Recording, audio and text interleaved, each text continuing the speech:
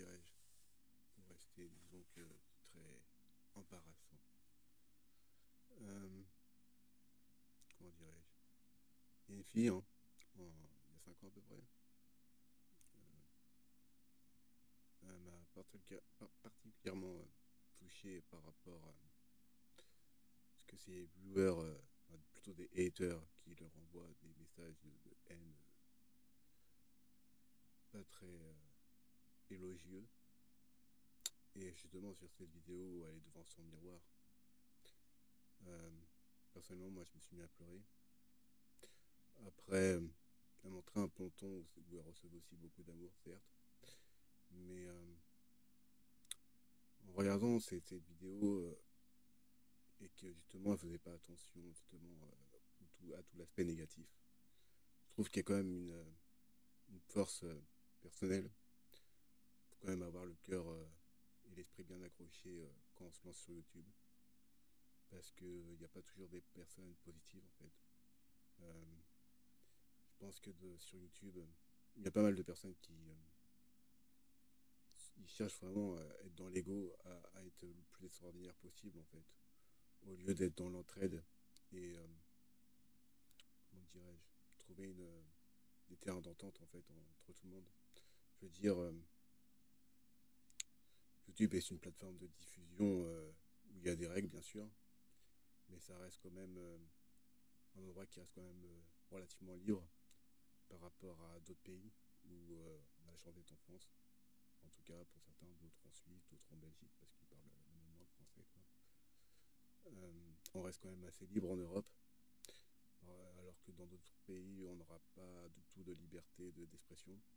Et justement, ces messages comme ça de haine qui sont vraiment odieux, en fait, psychologiquement pour la personne, ceux qui font ça, ils ont rien à gagner, en fait, à part se détruire spirituellement et mentalement, au final, hein. Enfin, c'est une forme de jalousie. Il n'y a aucune consistance de construction. C'est vraiment bas. Moi, j'appelle ça les niveaux 1, quoi. C'est des discussions qui n'ont aucun intérêt, quoi. C'est vraiment des personnes, je vais dire le mot, des personnes de bas étage, quoi. C'est le genre des personnes que je ne veux pas fréquenter, quoi. Parce que bah il y a ceux qui insultent, parce que pour se sentir supérieur, ils rabaissent les autres pour se sentir supérieur. Euh, Ensuite, bah, il y a le niveau 2 bien sûr. Niveau 2 ça va être plutôt les personnes qui vont parler des gens, pas forcément en bien ou en mal, mais vont pas être dans l'insulte. Ensuite, il y a le niveau 3, il y a ceux qui vont parler des idées. Et le niveau 4, ceux qui vont créer les idées. Et justement, pour revenir à cette personne, à cette fille, quoi, euh, bah, je me suis beaucoup accroché à elle, en fait, au fil des années. J'ai d'ailleurs écrit pas mal de poèmes. Enfin, c'était sur les animaux et tout, mais ça m'inspirait, en fait. L'amour que je ressens pour elle, en fait, m'inspire, me porte. Et quand je vais pas bien, bah, je pense forcément à elle, mais est-ce que c'est bien, est-ce que c'est mal? Moi, je considère que c'est une bonne chose, parce que je pense que l'amour ne peut pas être mauvais.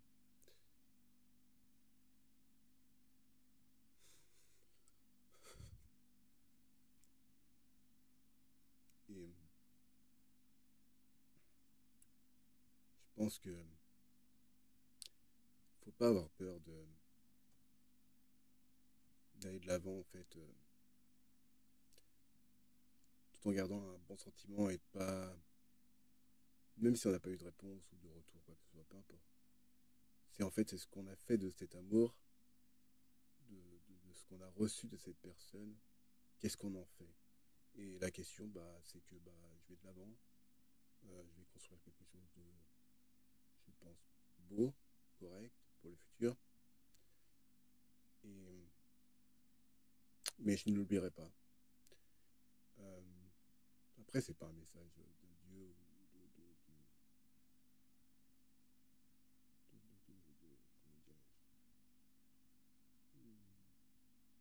d'au revoir. C'est un message de. Je pense qu'on doit toujours rester dans le cœur, en fait, quand j'ai vu ouais, cette vidéo, ça m'a fait vachement pleurer et tout. Et euh, après, s'il faut vraiment que je sois honnête, je trouve quand même il y a une certaine routine, un enfermement en fait dans sa pensée. Euh, je sais qu'elle fait de son mieux, mais comment dirais-je?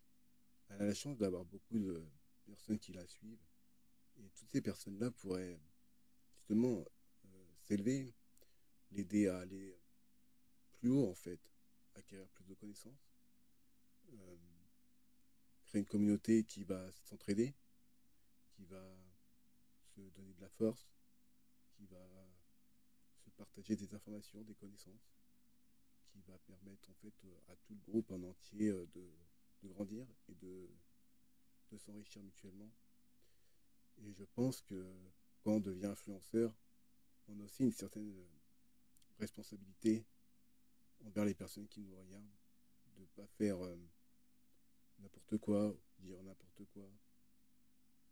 Après, on est humain, on peut pas faire, on n'est pas parfait, on a tous des failles ou comment dirais-je, bah, on a tous une certaine imperfection. Et justement, cette imperfection fait de nous des êtres humains, qui fait de nous des êtres, comment dirais-je, dans un sens parfait, parce que les imperfections, c'est ce qui rend les autres parfaits. Si Picasso, tout autre, Michel-Ange, etc., qu'on regarde ces peintures, certes, ils sont parfaites à tout point de vue.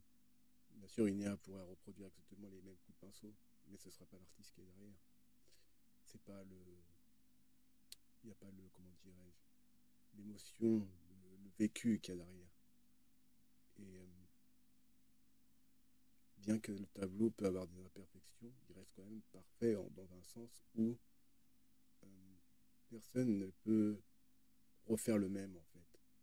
Et en fait, chaque personne, c'est des tableaux qui sont uniques, tout à chacun, et on est tous dans un sens une œuvre d'art. Et nous sommes le seul artisan qui portons le pinceau sur nous-mêmes et qui créons notre propre toile.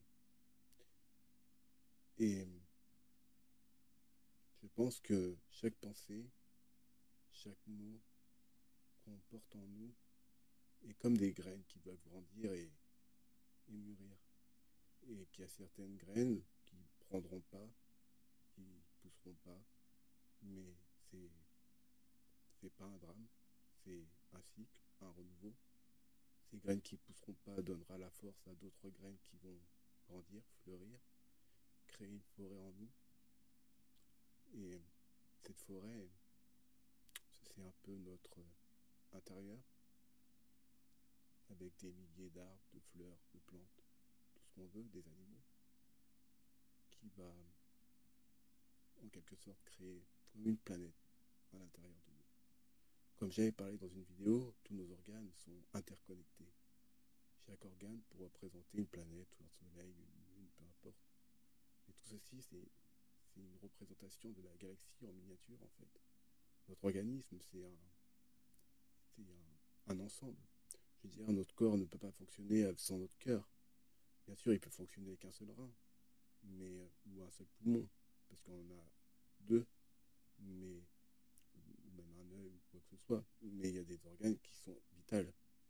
Et je pense que, par exemple, notre cœur, c'est un soleil, parce qu'il est indispensable à notre, pour vivre. C'est comme notre cerveau, lui, ça va être plutôt, la plupart disent le chef d'orchestre, certes, mais ça va plutôt être le côté, on va dire, vivant.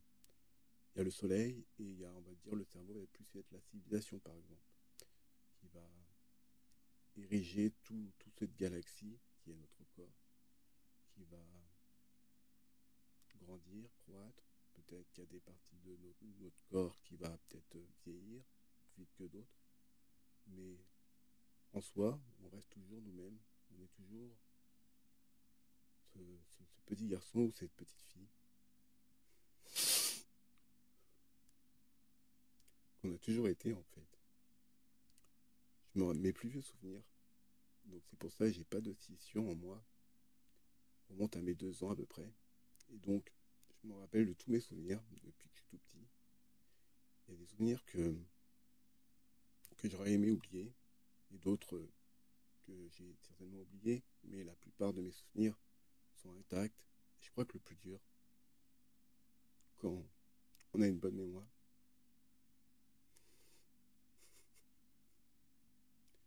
c'est justement de vouloir oublier certaines choses et de les garder, et que c'est impossible de les oublier, et que le monde qui nous entoure, malgré nous, nous façonne et nous construit, même si on met tous les efforts possibles à essayer d'être pas parfait, mais disons l'être, un être vraiment porté sur le cœur et la lumière, enfin, quelqu'un qui peut donner l'exemple et qui peut, comment dirais-je, un être construit en fait, qui, qui a vraiment un, un code moral, un- des valeurs, euh, quelqu'un qui, chaque geste, chaque chose qu'on va faire chaque jour a un sens pour notre futur, et que notre présent, c'est ce qui va définir notre futur. Donc, ce, ce présent, c'est comme le mot le dit par lui-même, c'est un cadeau. Et on est conscient du temps qui passe. On est conscient du passé, du présent et du futur. Mais tout ceci, c'est une construction du mental afin de hiérarchiser ou même donner une temporalité à nos souvenirs pour notre mémoire. Mais là où je veux en venir, c'est que faut pas chercher la perfection. La perfection, c'est l'ennemi de la perfection, en fait. Parce qu'à chaque fois qu'on va chercher à être parfait, bah, il y aura toujours encore plus parfait. Et on peut pas être parfait. Donc, le mieux qu'on puisse faire, c'est être soi-même.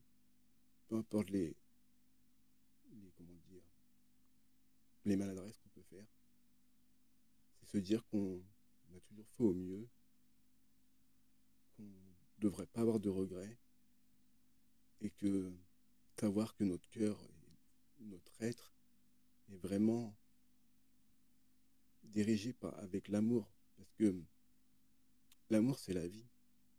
Je veux dire, si on. L'autre vidéo que j'ai fait avant, euh, que je parlais un petit peu de Dieu, Dieu nous unit, alors qu'il y a l'expression qui dit diviser pour mieux régner. Mais ça, ce serait plus pour le côté, on va dire, de l'ombre. Et le côté lumineux, je pense que c'est plutôt réunir pour mieux régner. Mais j'aime pas ce terme régner, parce que ça fait penser à un roi.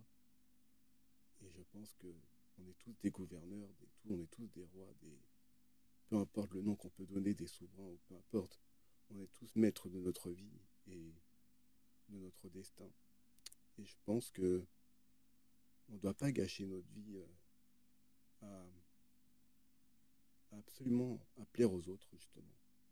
On devrait plutôt se plaire à nous-mêmes, et pas dans le sens de narcissisme, mais vraiment se plaire à nous-mêmes, de ce qu'on fait, de ce qu'on crée. Par exemple, écrire ses pensées, en faire quelque chose pour se remémorer des choses, apprendre de nouvelles connaissances, croire en l'humanité. Je pense que c'est quelque chose de très important. Euh, Parce que l'être humain en soi, il est pas stupide. Mais quand on voit la direction que l'être humain prend, il y a, je vois deux futurs qui se dessinent. C'est soit l'être humain va continuer à vouloir vivre dans un certain confort, et ou l'être humain va prendre conscience qu'on a une seule planète, qu'on vit dans un monde limité, et que si on veut vivre tous ensemble, il va falloir faire des choix, et c'est des choix de vie qu'il faut prendre, et être droit dans ses baskets, peu importe, même si les gens nous critiquent. être toujours d'être dans la justesse de ce qu'on penserait juste. Donc,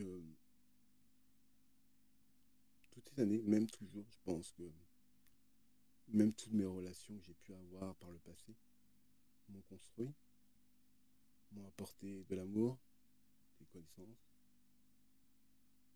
Mais ces dernières années, c'est vrai que je suis souvent tout seul. Et la solitude, enfin, j'aime bien être seul. Mais par moments, je ressens la solitude et quelquefois c'est un peu lourd. Mais j'aime être seul pour pas être influencé justement par les autres êtres humains. Parce que justement, je veux me construire seul pour justement avoir les meilleurs outils. Des outils qui sont les miens, qui me sont propres, qui va me permettre justement d'être unique et pas dépendre de tous ces réseaux sociaux qui construisent justement des êtres humains en masse, des clones, des reflets de, d'autres êtres humains. D'avoir mes propres pensées qui sont uniques, à essayer d'être le plus singulier possible, d'être différent des autres. Ma force et ma différence. Et chaque jour, je la cultiverai. Et je pense que ce qui fait que je pense que je suis. Après, j'aime pas, mais qui fait de moi quelqu'un peut-être à part.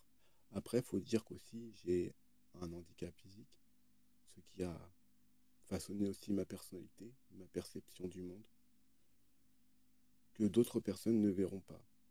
Mais j'en veux à personne. Je pense que si j'ai choisi cette vie en tant qu'âme, c'est pour justement apprendre quelque chose. Et je crois que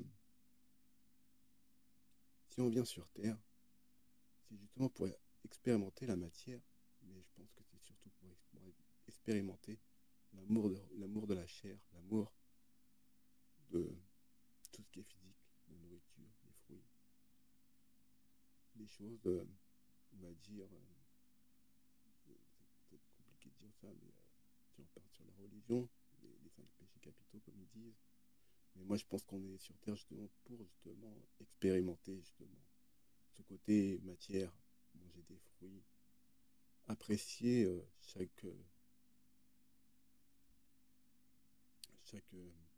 bouchée qu'on va manger, de prendre le temps de manger et d'apprécier justement ce qu'on a. Et même si on a peu de choses, de l'apprécier fortement. Parce que, certes, il y a peut-être des gens qui ont moins que nous, mais il y a aussi des gens qui ont plus que nous. Mais ça, c'est pas la question. La question, c'est qu'est-ce qu'on fait de ce qu'on possède. Et, et savoir ce qu'on fait aussi de nos. Comme disait, je ne sais plus c'était quel philosophe. Justement, ce qui nous permet d'être, c'est vraiment de penser. Et donc, de prendre le temps dans toutes les choses qu'on fait, nous permet d'acquérir justement des compétences, mais aussi de la patience. Et, comment dirais-je, hmm, bah de se grandir en fait. Mais toujours dans la paix en fait. Il faut être vraiment considérer le corps, notre être en fait, notre totalité, notre âme, notre corps et notre esprit, que je vais appeler ça, on va peut-être appeler ça un triangle sain si on peut dire. Il faut qu'ils soient en corrélation en fait avec ce qu'on est en fait. Parce que si notre esprit n'est pas en corrélation avec notre corps, il y a une, comment dirais-je, une disotomie. Je crois que c'est ce mot-là. Il y a, comment dire, un décalage qui se fait entre notre esprit et notre corps, et donc on apprécie peut-être moins notre corps. Ou si nos émotions ne sont pas en lien avec notre intellect ou nos connaissances, par exemple, ou nos connaissances qui ne sont pas liées aux émotions. Ceci va créer, comment dirais-je, une limitation en fait de l'intelligence et de la connaissance. Je pense que dans toutes les choses qu'on doit faire, on doit être dans l'amour, la bienveillance, le respect de tout à chacun. Et justement, l'amour que j'ai pour cette personne m'a vraiment porté, en fait. Et je pense qu'elle me portera toujours. Et quand j'écris ou quand j'écoute de la musique, j'essaie vraiment d'être dans la pensée la plus pure, la plus en paix, la plus innocente en fait. Un peu comme quand j'avais 2 ans. D'être dans une pensée, comment dirais-je? Je sais pas comment expliquer ça. C'est une pensée c'est même pas de la plénitude. C'est, je sais pas, une espèce de paix intérieure. Même si, là en ce moment, je retiens un peu mes larmes parce que je parle avec mon cœur, bien que je parle souvent fort, etc. Mais cette paix que je ressens parce que je me connecte justement à mon moi quand j'avais 2 ans, c'est vraiment comme si tu regardais le monde sans jugement, sans a priori, sans dualité. Tu regardes le monde juste pour ce qu'il est. Et c'est tout. Tu cherches pas plus loin. Tu vas dans une rue, par exemple, ou dans un parc, ou à la plage, peu importe, dans un lieu, tu le regardes d'un air neutre, sans jugement. Tu apprécies ce lieu, tu ressens cette paix, en fait. Je sais pas comment l'expliquer, mais j'ai pas le mot pour le dire, mais c'est vraiment une paix intérieure, en fait, qu'on ressent. Et donc, voilà. Ça fait déjà 22 minutes. Et donc, ouais, ce que j'en ai tiré, c'est que peu importe les choix qu'on fait,